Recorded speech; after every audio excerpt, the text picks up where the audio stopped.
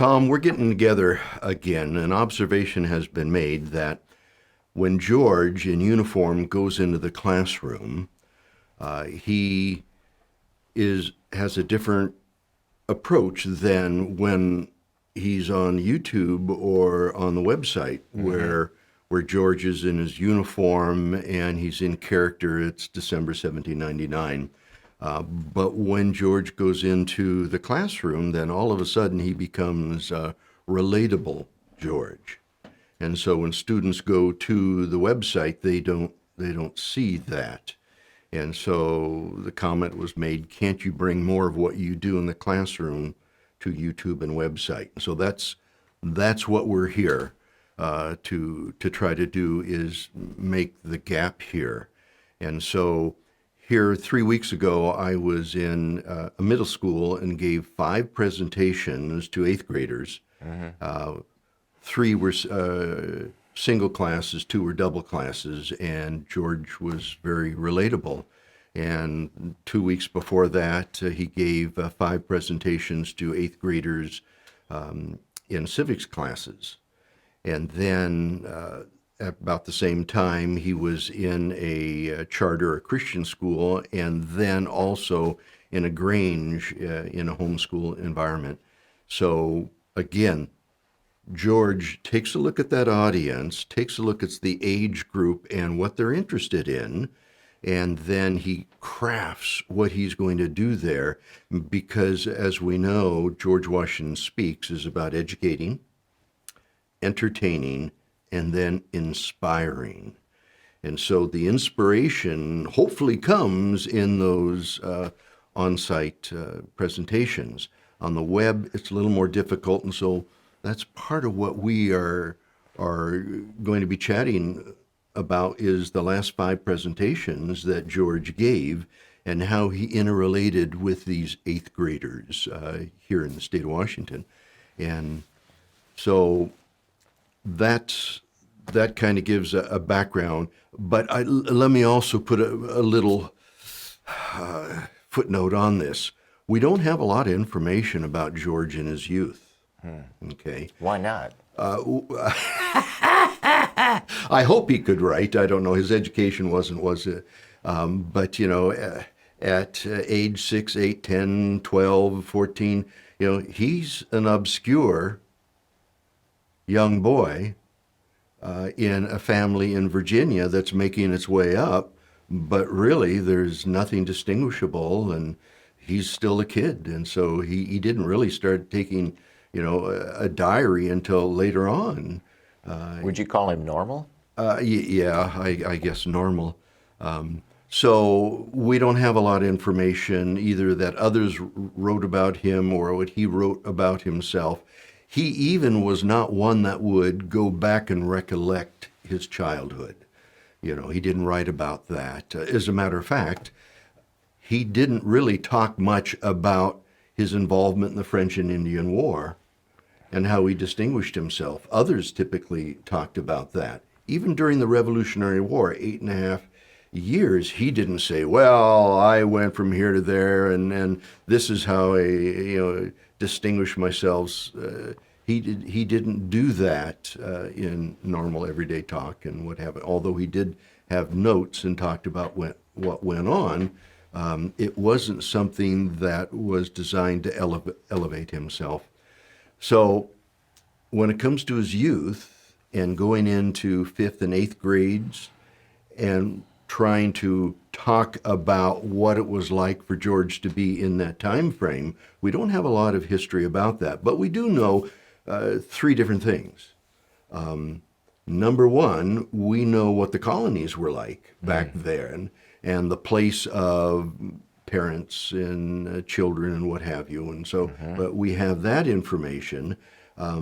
We also know what was important to their lives, such as socially, dances and other things, and how some of the social conventions about dating, which they didn't do, holding hands, which that's not something within that social context, or even kissing. Those type of things was much too intimate.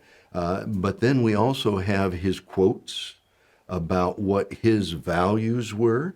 We have his actions that also reflect his values and his principles as he moves on. So where we talk about when he made decisions, were based on family, was based on being his community or country, which would be Virginia and Britain, and his faith, which was Anglican.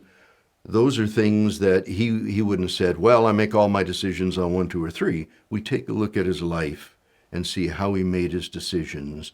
And so as George, I will talk about those 3 things as important in his life, day-to-day life. Again, he didn't write it anywhere, but we ascribe to him, and that's not unlike anybody going back into history and trying to figure out what's going on. Even authors have to fill in people that never existed, but to try to ask questions of the historical people that they're trying to get information from, and then it comes out in the writing of it. And so those are literary devices. So when I go into the classroom and be relatable George, I use some of those same approaches with the students. The focus is inspire the students, okay, in a way that they can understand, all right? So as we get into this presentation that I gave 5 times to 5 different groups of 8th graders, I will be drawing from those 5 presentations to kind of describe to you how they were developed.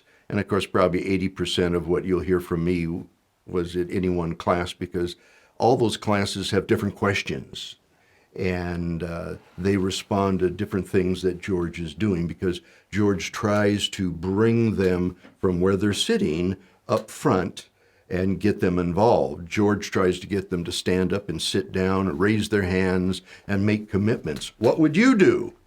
All those that would do this, raise your hand. All those that you do that, raise your hand. That involvement, the pulling in. Now, what do you think George did? I don't know. Yeah, and that's where we would go. So that's kind of a little preparatory for where we're going here.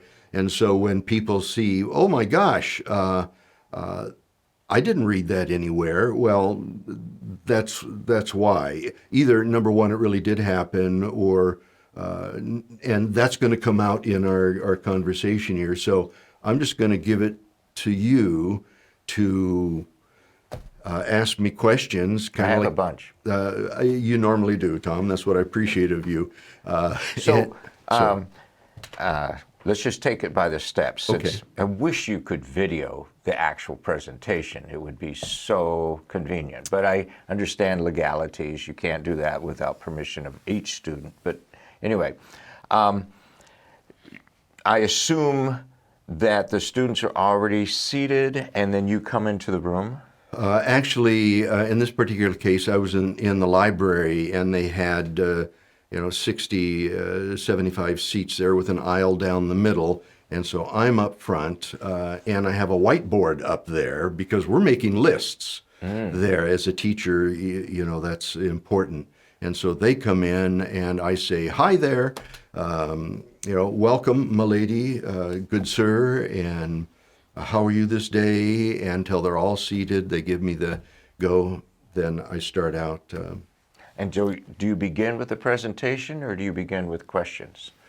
I begin with the presentation. Is it the same presentation for all 5 of those things?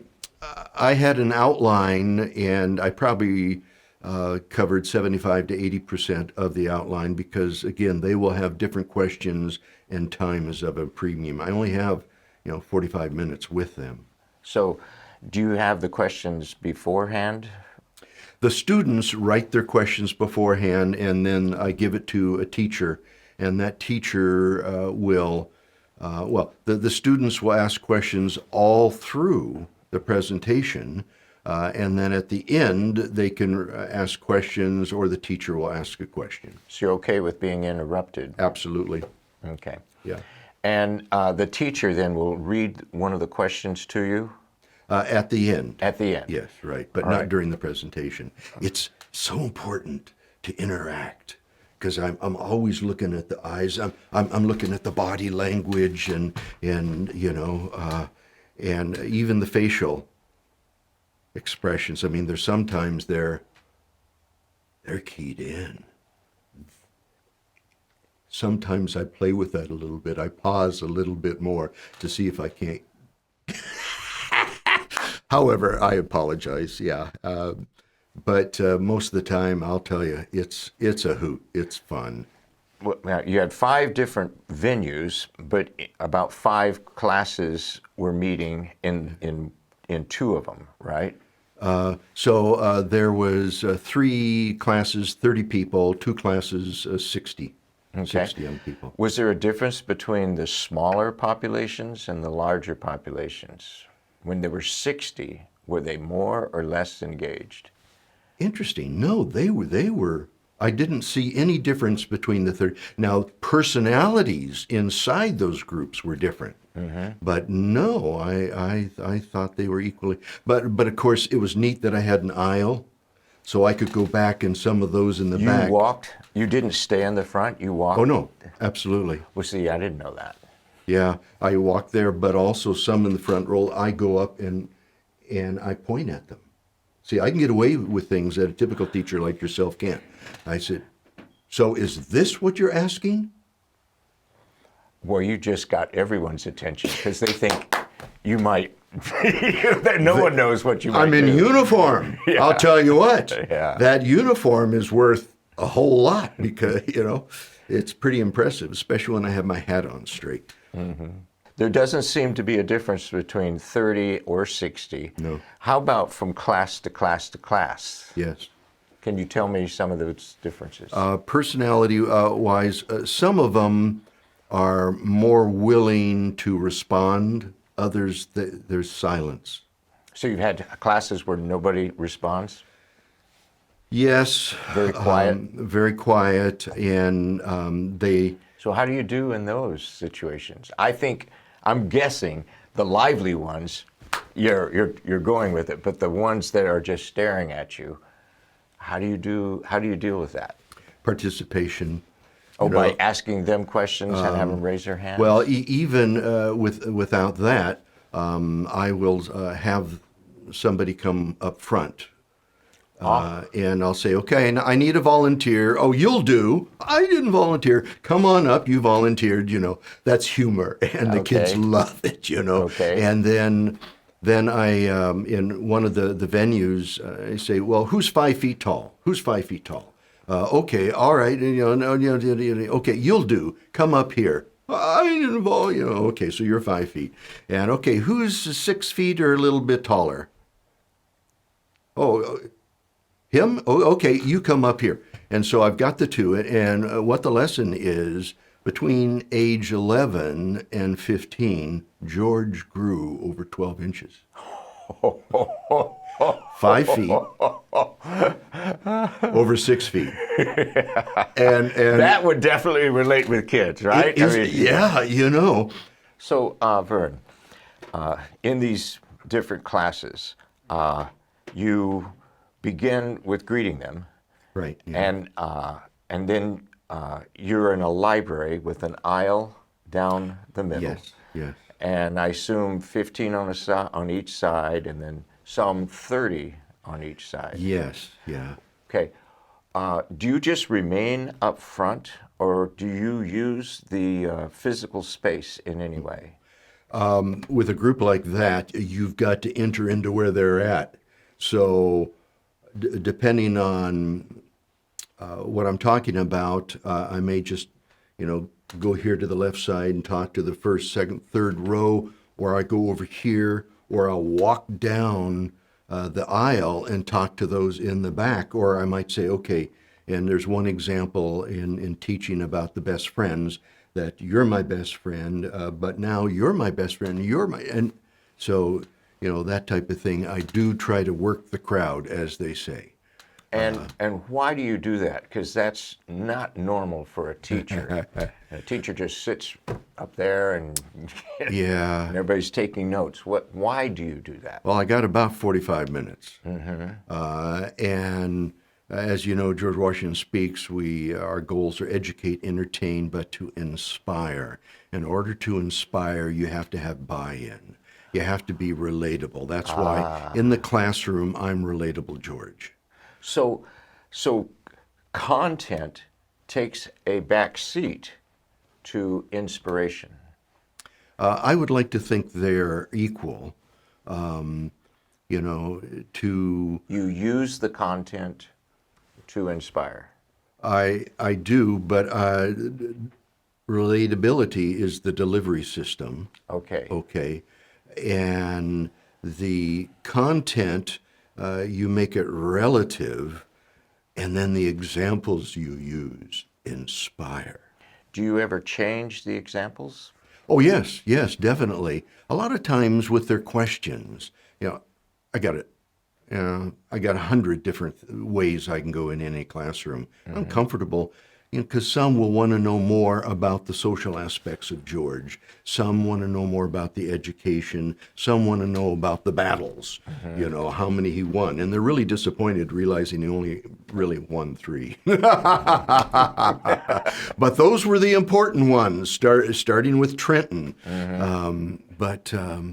So, yeah, I've been doing this for 12 years now, and so there are a lot of Do examples. you enjoy relating with students? Do I appear to enjoy it? It seems like it. I mentored high school guys for 30 years, and I was an uncle to them. Okay, I didn't say or do anything that their parents hadn't been doing, but coming from this other person, it seemed like wisdom. So I just love that. And as George, you know, they're hearing it from George Washington, and it has different impact. And my goal is just to make it so relatable and palatable that it hits them in the middle of their hearts, because they're dealing with this right now. 8th graders getting ready to go into high school. That's a different world. That's a different culture. They've got to make changes, just like they were 5th graders moving into middle school. And so I'm trying to hit them right there, and that may come out in our discussion. So, after a presentation, I'm sure you evaluate, do some sort of self-evaluation. Continual, yes. Okay. What does success look like? What are the boxes that you tick off that say yes, yes, yes, or oh no, oh no, oh no? What are those? It's their eyes, it's their faces, it's their involvement. They come up and they want pictures taken, and I've got cards out there, little 3x5 cards and other information about the Colonial Festival we have here in Carlsberg. And they, you know, the one group... So if you see that, that's success. Oh, yeah, this one group of 5 8th grade classes I did, not the one we're talking about today, boy, it was one of my hardest groups. Over half of them came and got the information. That's never happened. Wow. They weren't listening, but they were. So they weren't giving you the Weren't giving visual me the clues. cues, but afterwards they were there. It's the hardest I ever had So you to had the work. biggest buy-in. Yeah, and I'm thinking, whoa, did I learn something there? Okay. What did you learn? I learned that kids, they don't change. They have the same questions. Adolescents are adolescents. And just the expression, because they have social things. It's not cool to like history, you know. You've got to make it cool, you know. And so that's why you asked about each class being different. That's right. Each class has different social dynamics. And so the social dynamics changed. And these 5, and even those 5 classes, some were more interactive than other, but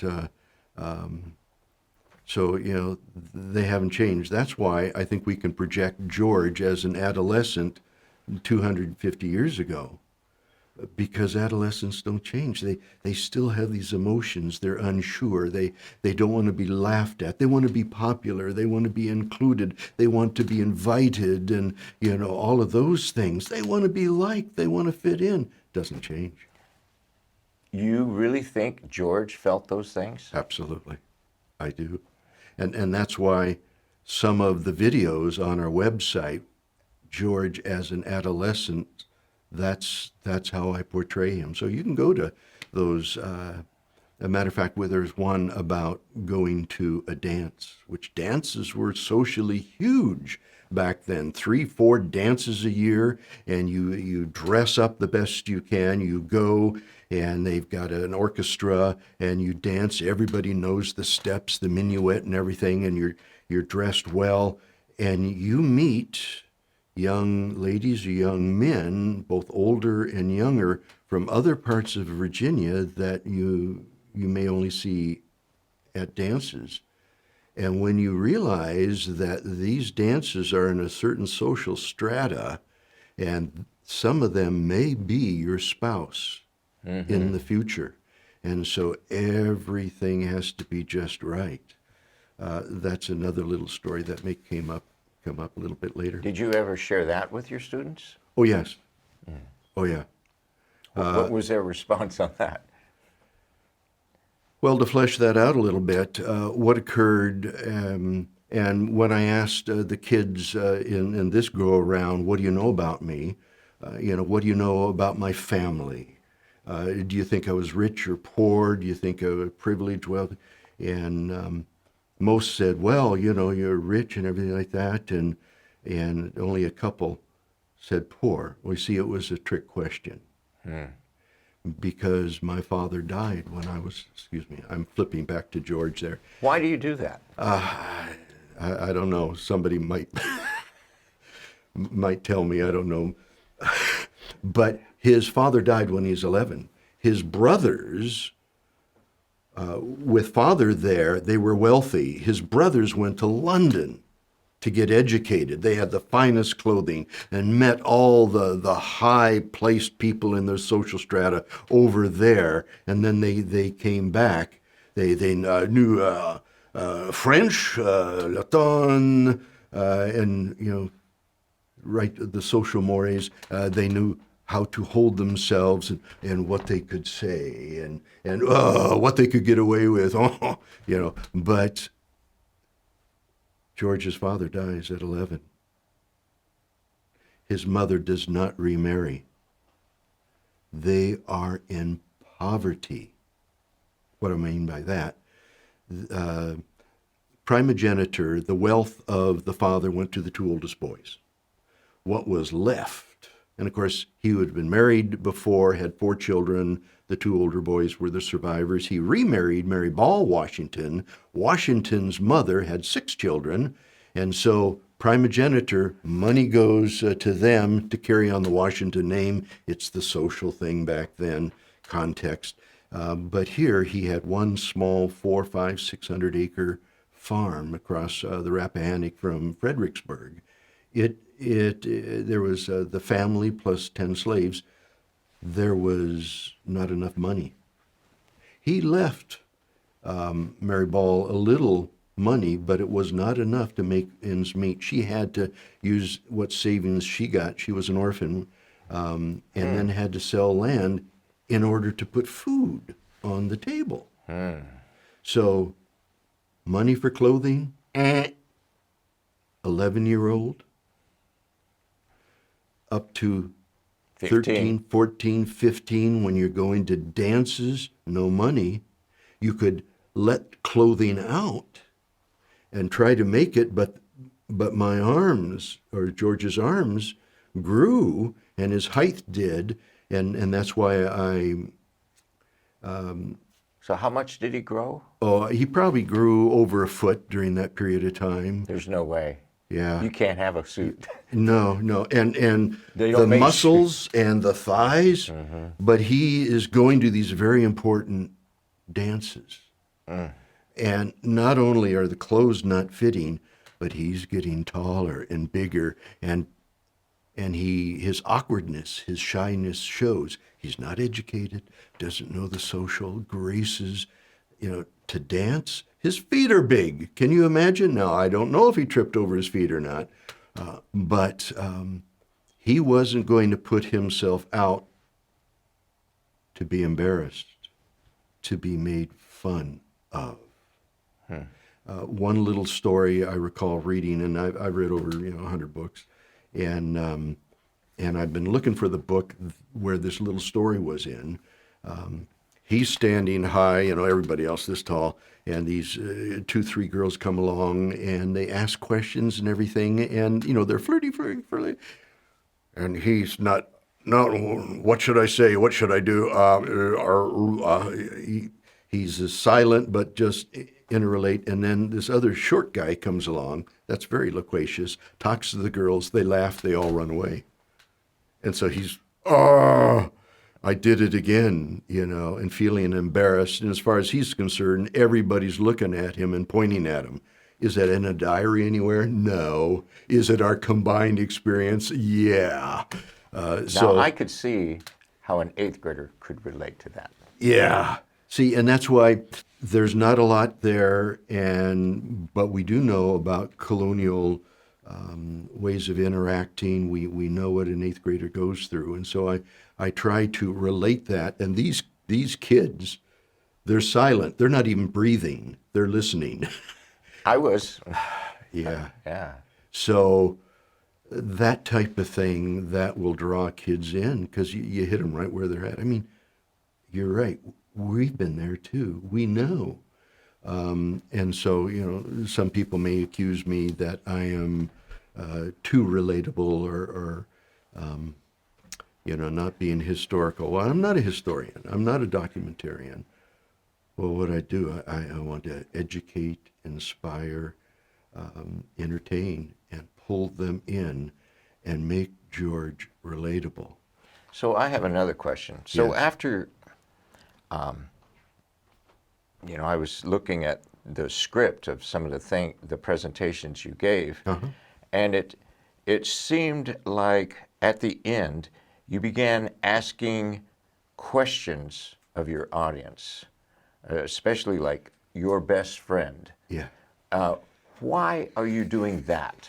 Because you've already given them information, you've already inspired them, and now you're moving to this third phase. And it seems like it was at every single presentation you try to get in this third phase. Yeah. What is that? Well, it's the best friend question. And so after we talk about what do you know about me, and we go through family, education, social, emotional, spiritual, then we go to, anybody got a best friend here? Oh, the hands go up and everything. What's a best friend like? What is your best friend? Tell me. And I've got a whiteboard up there, and then I've got a teacher that will have the headings up there, but under best friend, they start to write down whatever the kids say.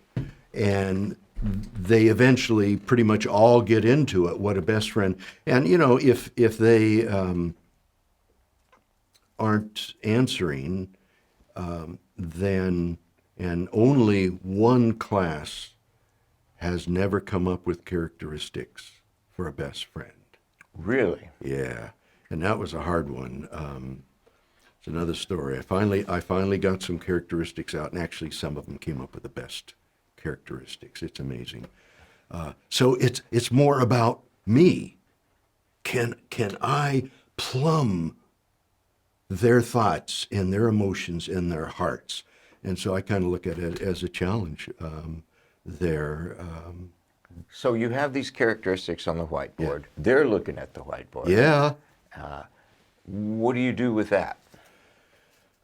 Well, and if I may, they'll talk about they're honest, they're caring, they've got your back, they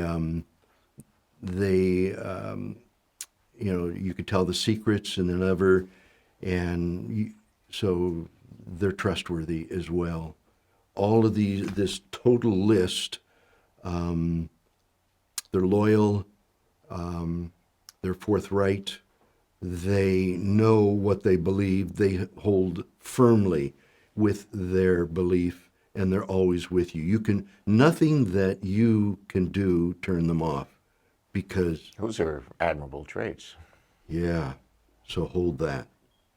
These are admirable traits, not only for 8th graders, but for 5th graders, for high schoolers, so, and on. I use this same list in everything else that follows. You know, what do you know about me? Who has a best friend? Then I say to this person up here in the front row, you're my best friend. And, you know, that gets a laugh. And we've been best friends from kindergarten, haven't we? You know, the awkwardness. They love it when other people are awkward and this person is flustered. And we do everything together. And, you know, we, and essentially going down this list again, repeating. I repeat this through. And but you know, that person has a car. And at the end of the school year, I decide to be their best friend. How are you feeling? Yeah. Betrayed. What? Betrayed. Is that on this list? No. So is that the best friend? No, they're no. I see. Well, how are you feeling? You know, it's well, yeah, no, I'm feeling good. I'm your best friend and everything, but you know that only lasts for a year. And then I walk down the aisle. That's where I come to the aisle. I said, "Now you're my best friend." You know, he had a Volkswagen, and you've got a Mercedes. When I did that this last, one of the classroom, one of the guys said, "My mom's got a Volkswagen Rabbit." I said, "Well, good, yeah, hold that thought." I don't know if you remember the rabbits, but oh well. And you know, that's great. But she's got a Mercedes, and I'm with her, and then, but that only lasts for a year. And then I'm over here because he's got a car, or a whole garage full of cars. Now he's my best friend. And each time, how you feeling? How you feeling? And so, it's important, isn't it? This list is important. You feel it in here, and So why do you do that? What are you know, what are you shooting at? What's your aim? Why are you doing I guess this? a couple of different things. So this list, it's a best friend thing right now, right? But don't you want this list in your teachers? Don't you want them to be trustworthy and truthful and honest and all this list that you give me? Yeah, yes, you do. What about a spouse when you get married? You want this list? Yeah. What about an employer if you go to work for somebody? Yeah. Well, what about a senator that represents you? What about a president?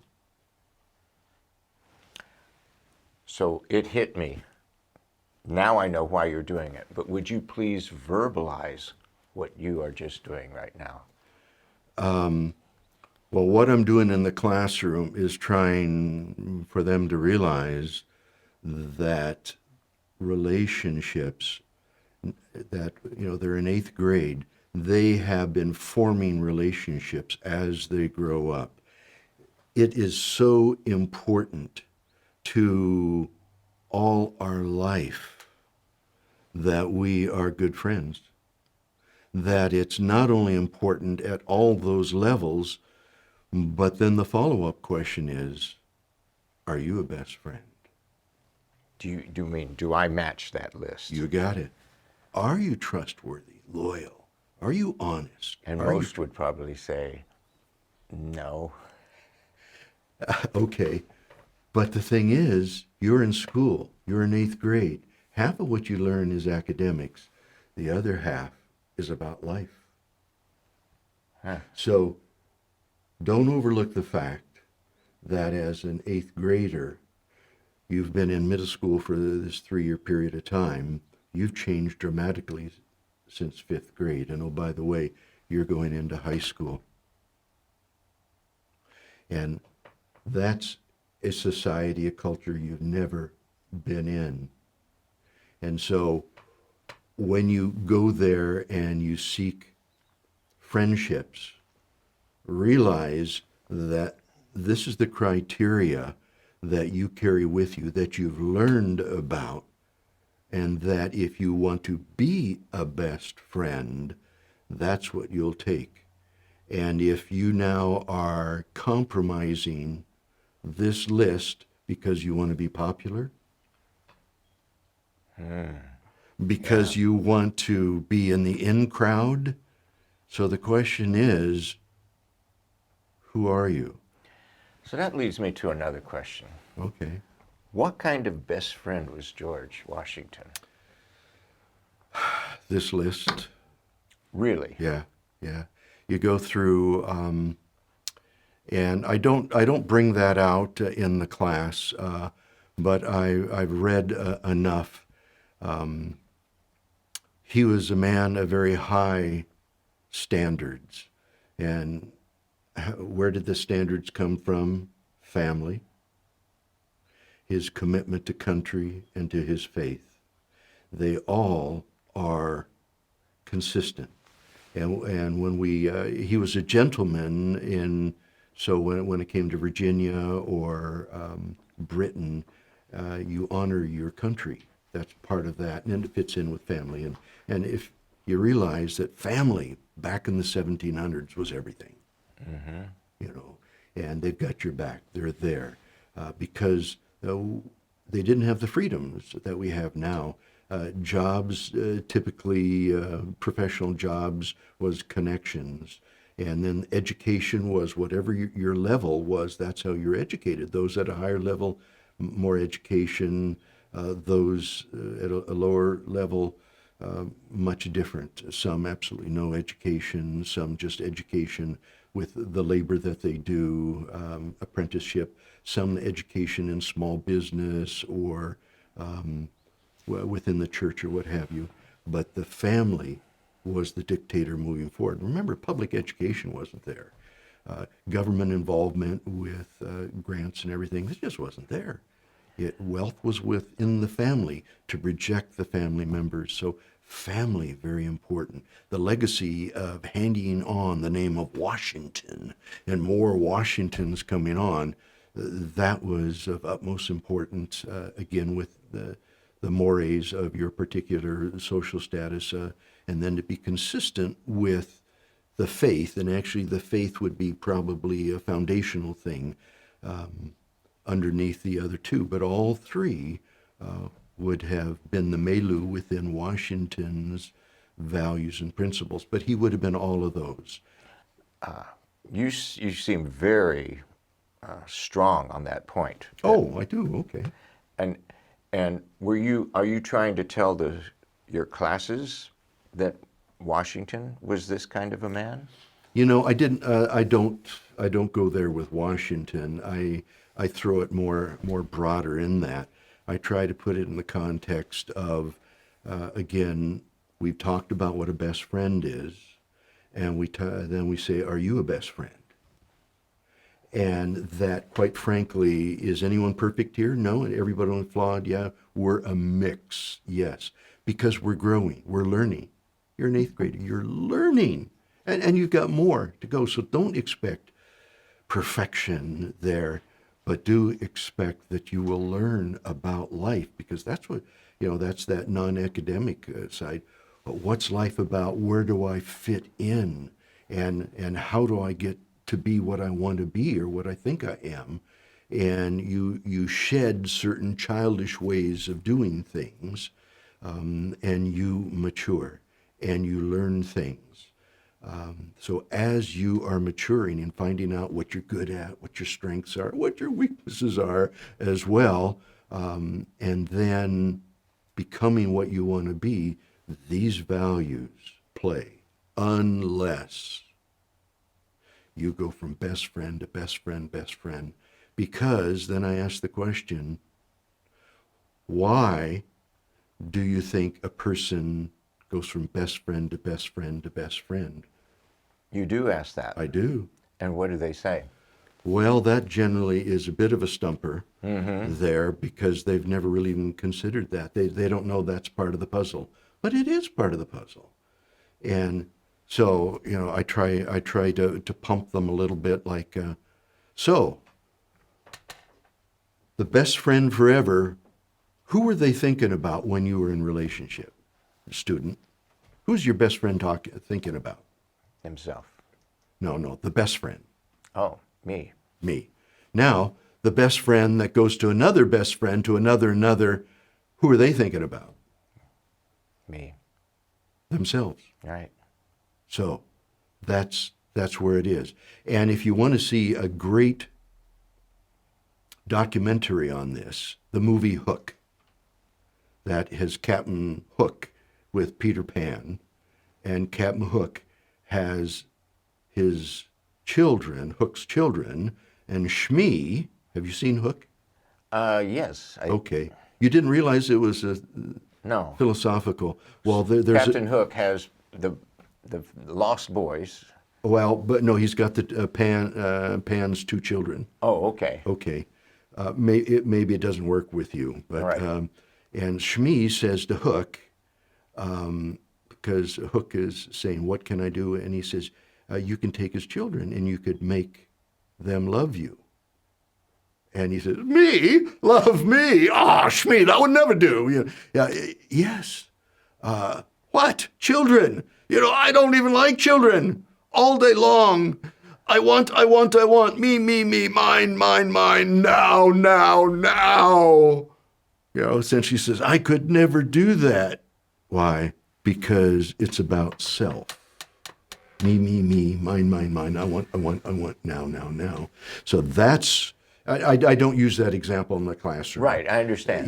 But it's that type of thing that impressed me in the movie, that the one that goes to all sorts of best friends, it's all about them. They're absorbed. They're self-consumed about their own popularity. They get into the world promotion. They get into success, money, possessions, re-election. It's all about furthering who they are. That's not a best friend. When you get betrayed, they're no longer a best friend. And so I use that list when, all through it, saying that this list applies in all relationships, even up to the presidency. You want to be able to trust the president. You want to know that they care about you. Not just being reelected, because to be reelected, you're only representing a portion. The others you can dismiss, because it's all about reelection. Now, as George, I never would run for election. I stood. That's part of the social context. You stand. You don't try to sell yourself. You put yourself out, and back then, the population was small enough, and you're electing from Virginia, that you knew the people, and you knew their values and everything, and so you stood. You make yourself available. If the people want you, you're elected, and then but you don't run for anything. Things have changed, and we have a different context right now. So, starting out with those best friend forever characteristics, and walking it forward through all aspects of our life. Matter of fact, all relationships. Is it about you, or is it about others? Well, then we connect it to a third post. We say that during the Constitutional Convention, when we came up with a governing document, the Constitution, the framers of the Constitution said, this document, which is who we are as a people, will fail if one thing of we the people fail. One thing. And I asked the kids, what do you think? That's exactly what I'm thinking. What is that one thing? What is that one thing that the Constitution The government and our way of life will fail if this one thing fails in we the people. What is that one thing, Tom? I'm thinking it's that list. It's the list. I walked into the trap. You got it, brother. You see? But they didn't say best friends forever. They said virtue. Look at the list. Yeah, you're right. It's all about virtue, trust, loyal, honest, truth, serving other people. Do not think of yourself more highly than you ought, but esteem others above yourself. That would come from his faith portion. He lived it. You asked me earlier. Washington lived it. He was the embodiment of it. How do we know that? What did other people think of him? Exactly. You know, and we have a whole litany. That's why we chose him to be commander-in-chief, and then we chose him to be president. Yeah. Why? Else would you pick if you had one individual who could be that list? Yeah. We were so fortunate to have that man. Yeah. So the kids are there. They realize they made this list. This That's right. is theirs. And it applies through all their life, even to the presidency, our first presidency. So then the question comes back, are you somebody's best friend? Do you exhibit this? You see, don't you know who you are, young people? You're Americans. Our Constitution said this is our identity. You tell that to I eighth do. graders. I do. And I bet that's the end of your presentation. No, not quite. It goes on from there. Well, it's just a paragraph or two. It's, are you willing to serve others over yourself? Are you willing to take on the responsibilities of citizenship? You tell that to eighth graders. Yeah. And I say, if you're willing to do that, I will be happy to call you. I'll be proud to call you fellow Americans. Thank you for your kind participation. And I would clap. I would just clap. You would have me totally, I'm ready to be that person. I'm ready to join in America with those values. I'm ready to learn those values. George would never have made a presentation like that. Exactly. He would not be that interactive. He would not challenge. It wouldn't have been socially appropriate. He would not have explored those things and would not have identified certain things within himself.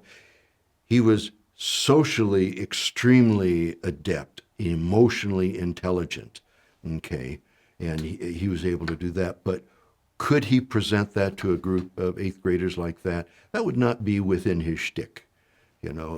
His is more the leader and embodying those things. Betrayal. He was betrayed numerous times. Yeah. While he was commander-in-chief of the Army, most of his aide-de-camps and most of the generals were on board, but there were some that betrayed him and actually wanted to replace him, which is another conversation. There were other elements within Congress that were in the process of betraying him. That's another conversation. As President of the United States, there were people on his cabinet that betrayed him, which is another conversation. After his presidency, there were other people that betrayed him. Well, during presidency and after, and what do I say by betraying him? Where they at one point were in line and was part of what was going on. But later on, for their own advancement, they began to say negative things of George for their own advancement. Most of them at some point sobered up and made amends. But in the meantime, how do you think George, felt of that? How do you think Martha did? Because he would confide in her. But one of his quotes was, "Take no offense and give none." Always allow the other person to make amends. It's something that I have personally, as Vern, tried to employ. And I have a few times, and oh my gosh, it's healthy. Do not take offense. Give none. You're trying to get these students to make decisions based on this list. The list, right. Tell me decisions that George made. George Washington. Did he make any decisions that either developed this list or from the list already that he had in his heart? His life, so I mentioned earlier that his father was married before, and his mom, Mary Ball Washington's second wife, he was the eldest. Okay, now the two older brothers were 12 and 14 years older, and they were over in England going to school because Papa Washington was wealthy enough to send them over there. But he's the oldest, and then a year later, Betsy was born, and then the three boys, and then Mildred. And so every year passes, he's the eldest. Well, what's expected of eldest of multiple children? Leadership? Yes. Modeling? Example? Yes, being the example. Yeah. Did they have a childhood? No, because they spent, you're right, they spent all their time being something for someone else. That's right. And when I'm in the classroom, I ask any eldest born, the hands go up, and I say, "So you know this, don't you?" Yeah. So he's the eldest, he's the example, and he is obeying. Okay. And he's just in 7th grade. Well, even He's before 11. then, he's old as 6, 7, 8. He's still that example, and it keeps going on from up Even there. before his father died, he still has to be that example. Yes, right. he is, right. Because he's the eldest, right. But after the death, it's even more. So he has to make decisions. But remember, part of, I don't think we got to it, but part of the "what do you know about me" family was one, education, social, emotional. And most people see George as, not being undisciplined in his emotions, and like he didn't have emotions. But quite frankly, anger was one of the biggest emotions he had to control. And so he's the eldest, and there's Betsy, and then 3 boys. They're rowdy, and so now we don't know for sure if George felt this, but what do we know in our experience? There's probably a little impatience, a little frustration. Why aren't those guys doing what I told them to do? Maybe some bitterness, resentment, anger, because he couldn't go and play with his friends or go fish or hunt or ride or anything like that, because he had always had to be there. He always had to serve. It was a small farm. 400 acres. Well, no. He was born on a farm with 2,500 acres. At age 3, he moved to another farm with over 2,500 acres, plantation, I'm sorry. And then when he was 6, he moved to the Ferry Farm that had the 400 or 500 acres across from Fredericksburg. And so the Pope Plantation to the Little Hunting Creek, and then to Ferry Farm. So when he died... You mean his father died? when his father died. Yeah. The little Hunting Creek now went to his oldest brother, Lawrence, that he named Mount Vernon. And the one on Pope Creek went to his next brother, Augustine, and that's when he got this little farm. Okay. Compared to 2,500 and over 2,500 down to 400. Yeah, and it just couldn't support itself. So all this time, he has had to be the eldest, and every year that went by, his parents depended more and more. Then his father dies, and oh my gosh. And now at 11 years of age, fifth, sixth grade, he even has more responsibilities. And Which his mother probably places on him because she's probably never run a farm. Well, not the entire farm, but the domestic side of it. And Right. really, with only 400 or 500 acres, there's just not much. So his is to be obedient and honoring his mother more than all hands on deck and pull weeds and everything. So it's those expectations that come with that. Plus, he does have additional things he needs to do and continue to do without So where does getting this lead education. to a decision? You said, I asked, did he make a decision in his early life? I assume you're going back to his early life. Was there some decision he made? Well, he had to make decisions every day of who to serve, who's more important than himself. Family. Okay. Washington's. And as a young gentleman, a poor young gentleman, you honored family, and then his faith, you honor family. And so the concept had to be part of his life, but again, he wasn't that self-disciplined. As a matter of fact,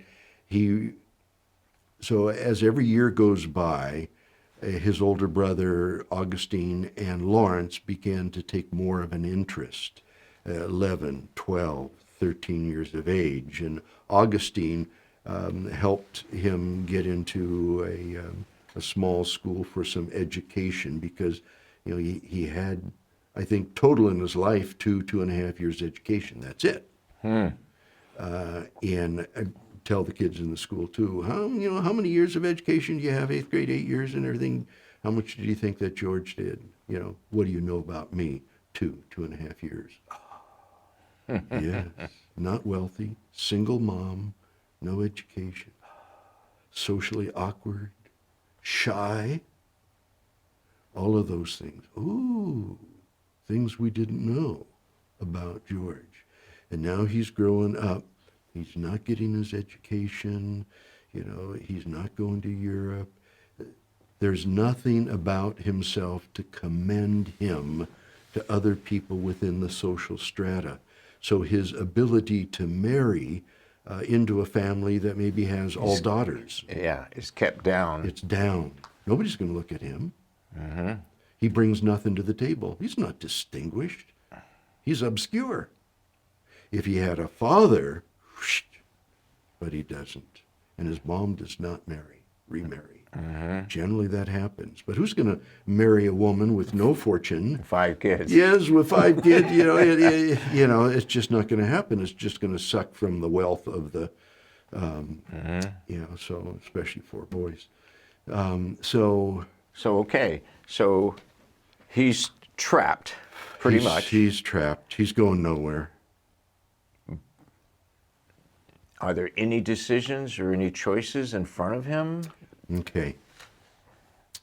When he is 15 years of age, his oldest brother, Lawrence, who had married into the rich and powerful Fairfax family, they owned Belvoir, beautiful view, which is now Fort Belvoir. So it's a military base. That's what that family owned, that entire tract. Wow. So Lawrence had married into that family and would take George over with him quite often to get to know this echelon. The Fairfaxes. and he just kind of looks at the wealth, the the furnishings, the paintings, the size of the mansion, and he just is blown away. He lives in a little house, fairy farm,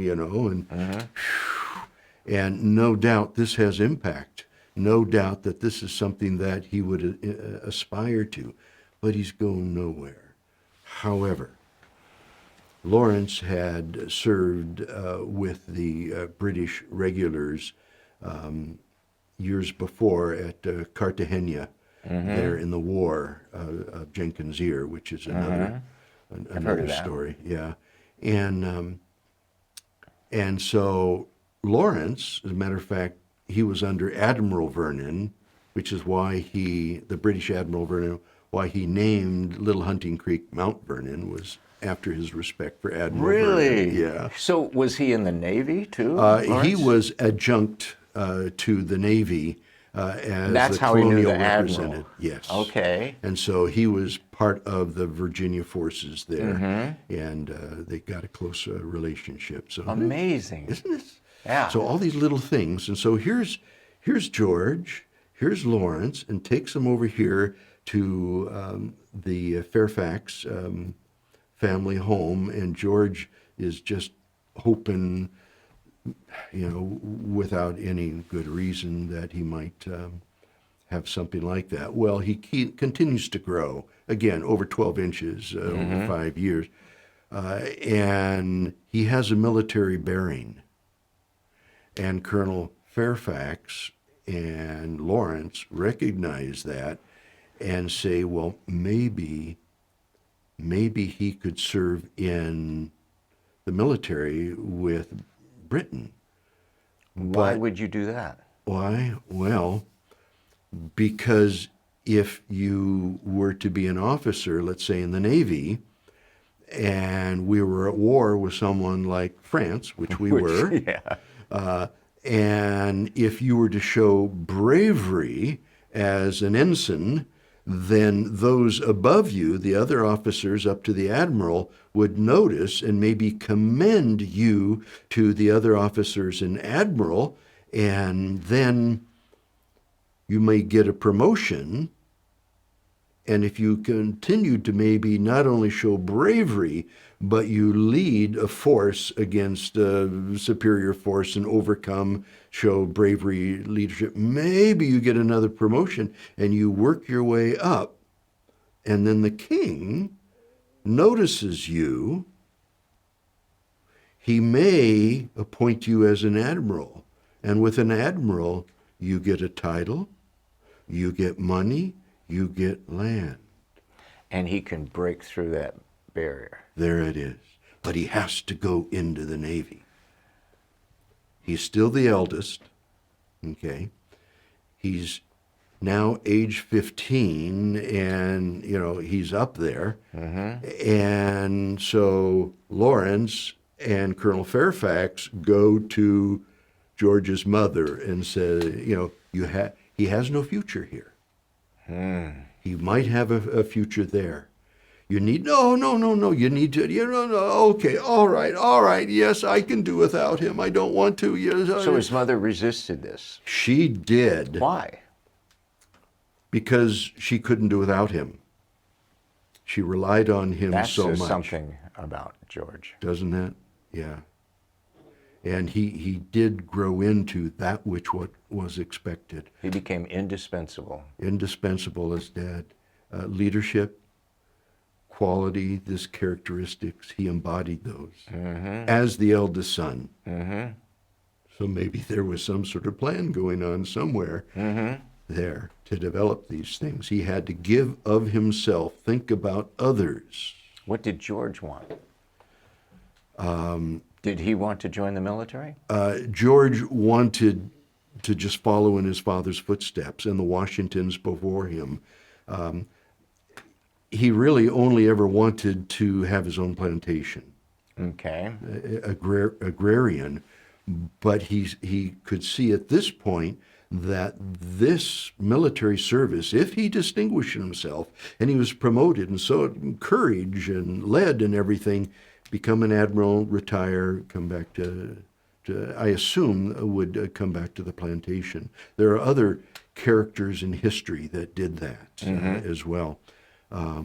But he would have to be able to go. And so his mother said yes. And so...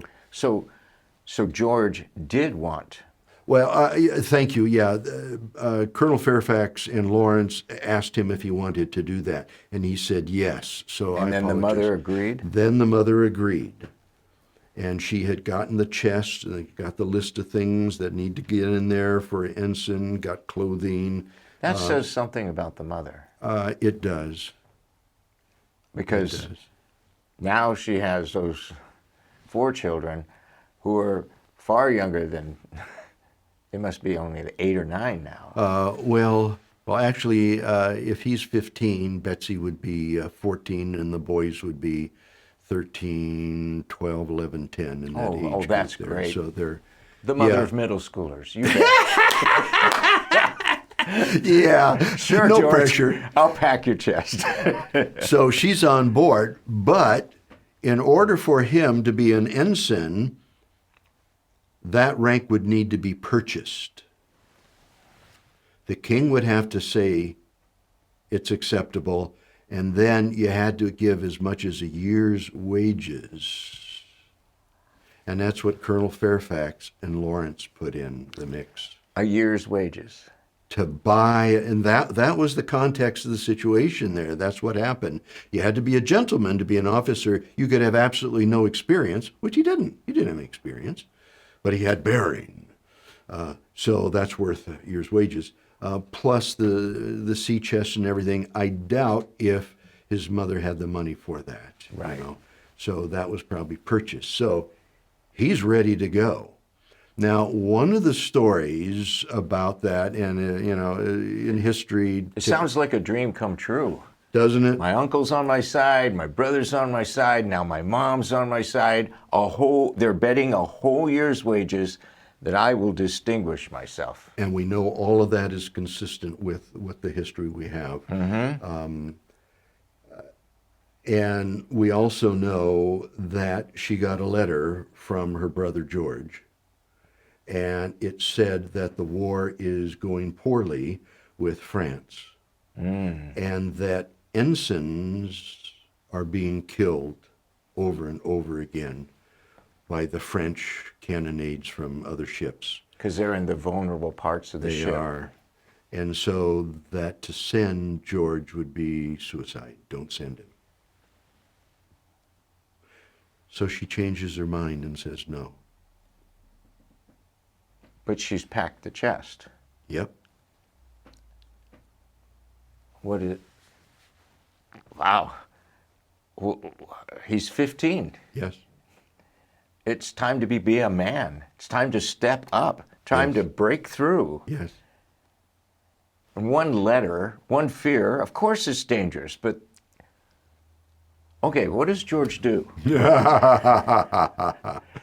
Well, he has to make a decision. Okay. Okay. I get it. All right, the list. So which of those things on that list are going to affect this decision? All of them. Huh. I'm working my way through it.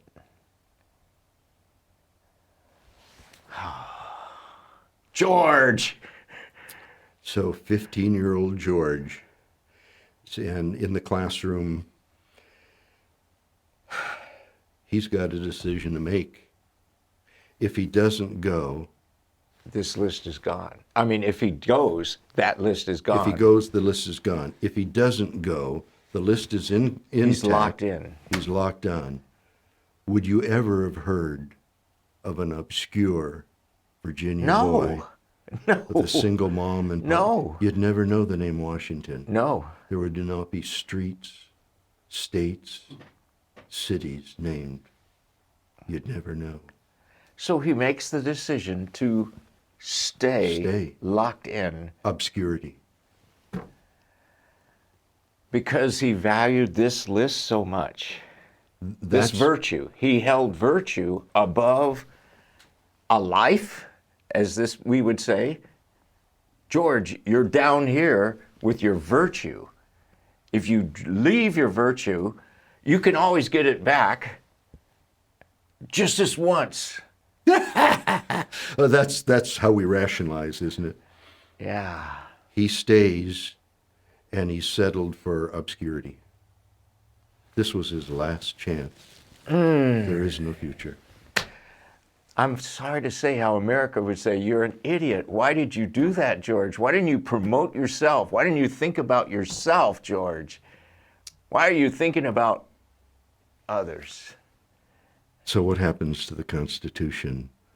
What happens to our form of government? What happens to our way of life?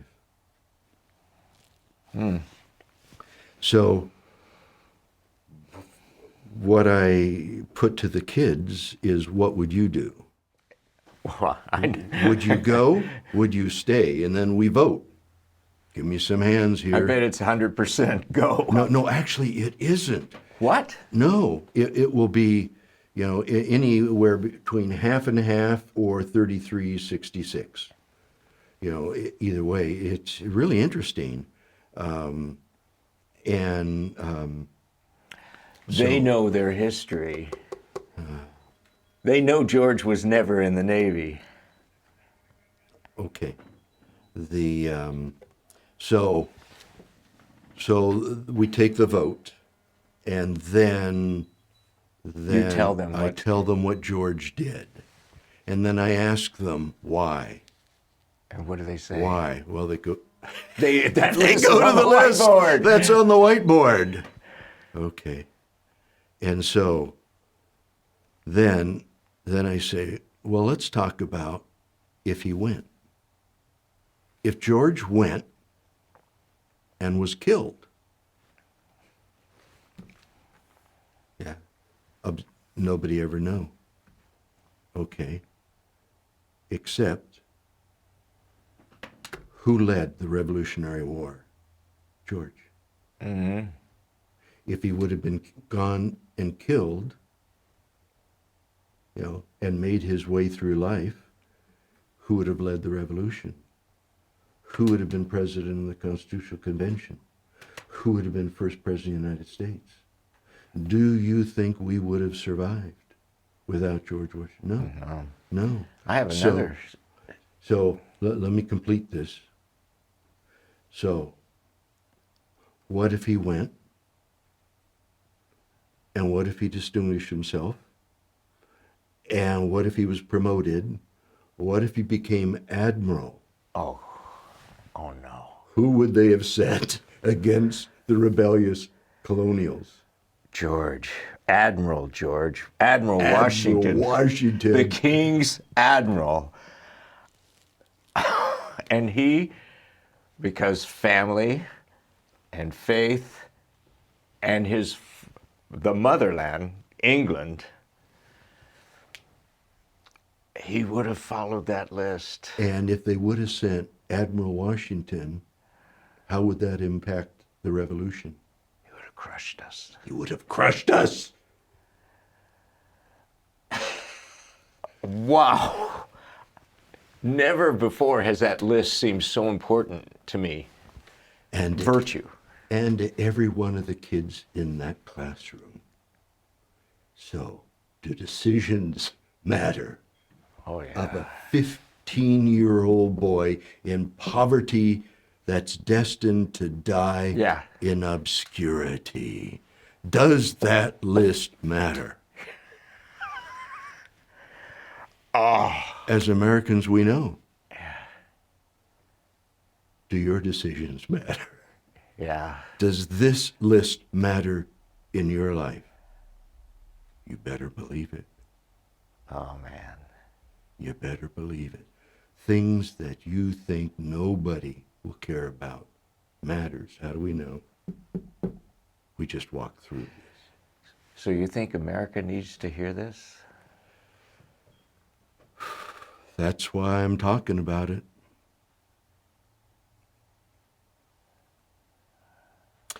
it starts in our hearts. I may be standing in front of those kids, but I'll tell you what, it's working in my heart. Who do I serve? Who is my allegiance to? To Vern? To my country? To my family? To my faith? Where is my allegiance? If it is strictly to myself, then, I'll be the one in obscurity. If it's to the country, I still won't make a big splash, but I will be giving of myself to the greater good, the nation. Not this part of the nation or this part of the nation, but when the two together, this part of the nation. Educate, entertain, inspire. I feel inspired. The story was entertaining, and the education, I learned a lot of details, but I am deeply moved by that list. I can still see it. I still see it right there. The virtue list. If we do that, then Washington would be proud to call us fellow Americans. So that's what was presented in those 5 classes. And I understand now why you could not be the actual George Washington in that classroom to do that. To take George Washington's heart and his legacy and like plant that seed in the hearts of those children, you had to open it up. Yeah. And so I would think that those students will not easily forget that 45 minutes they had with George Washington. Yeah. Well, I hope not, because I think it's the core of this nation. And the larger context is the founding fathers. And the larger context is the founding generation. And right now, we're just highlighting George, but as we're walking through history, we continue to expand it. So in a year, 2 years, 2.5 years until we celebrate the 250th anniversary of the Declaration of Independence, we'll have a fuller orb of the founding generation. You know, when I look at those faces at Mount Rushmore, I think now after this time I shall associate that list with one face. One face. Well, I don't know very much about the others, but I do know that the first one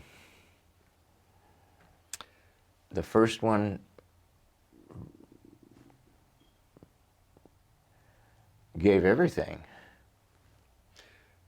to keep that list. George is a little bit more relatable. He is. He definitely is. Whereas what we hear and learn in history, I mean, the facts kind of hide that. Because that's all the time and effort that we have to do. So that's why something like this is important. And I think, the next time we get together, so we've got this list of historical videos that you've been the host of, and we've got 4 videos on Lexington and Concord, and we kind of walk through and just present the facts, which you introduce and then close out. But you and I are going to get together, and we're going to talk about each one of these 4 videos. Oh, that'll be fun. Some of the things that was difficult to do within that time frame, some of the things that we left out, and some events had 2 or 3 different accounts, and why we chose certain of those accounts over others, and projected them. And once again, we had to fill in a little bit here or there. We're going to do that with each one of these 4 videos. and put them out there and see how the audience responds. Yeah. And if they respond well, we've got another 40 videos to do the same thing with. And these are on YouTube, or are they on Facebook? Where are they? They're on YouTube, but you can get to them through our website, georgewashingtonspeaks.com. And you can get all of them, You can get them all, yeah. including these interviews? We're going to put this on as well as the other videos we've done, the 3 before this, and just try to make it as accessible to people and interesting and relevant. Because quite frankly, if there is any amount of confusion or chaos and anything like this, hopefully these videos will inspire. Because we got to, as Americans, you know, whether we're indigenous, whether we're immigrants, or whether we're enslaved, we got a foundation to build on. We're not through yet. And that's why these 8th graders are so important to us, because they will take that which is incomplete and continue to build on it. And that's our hope. So, Tom, thanks for joining me in this episode. Thanks. And we'll look to do Lexington and Concord the next 4 times we get together. That'd be good. Thank you.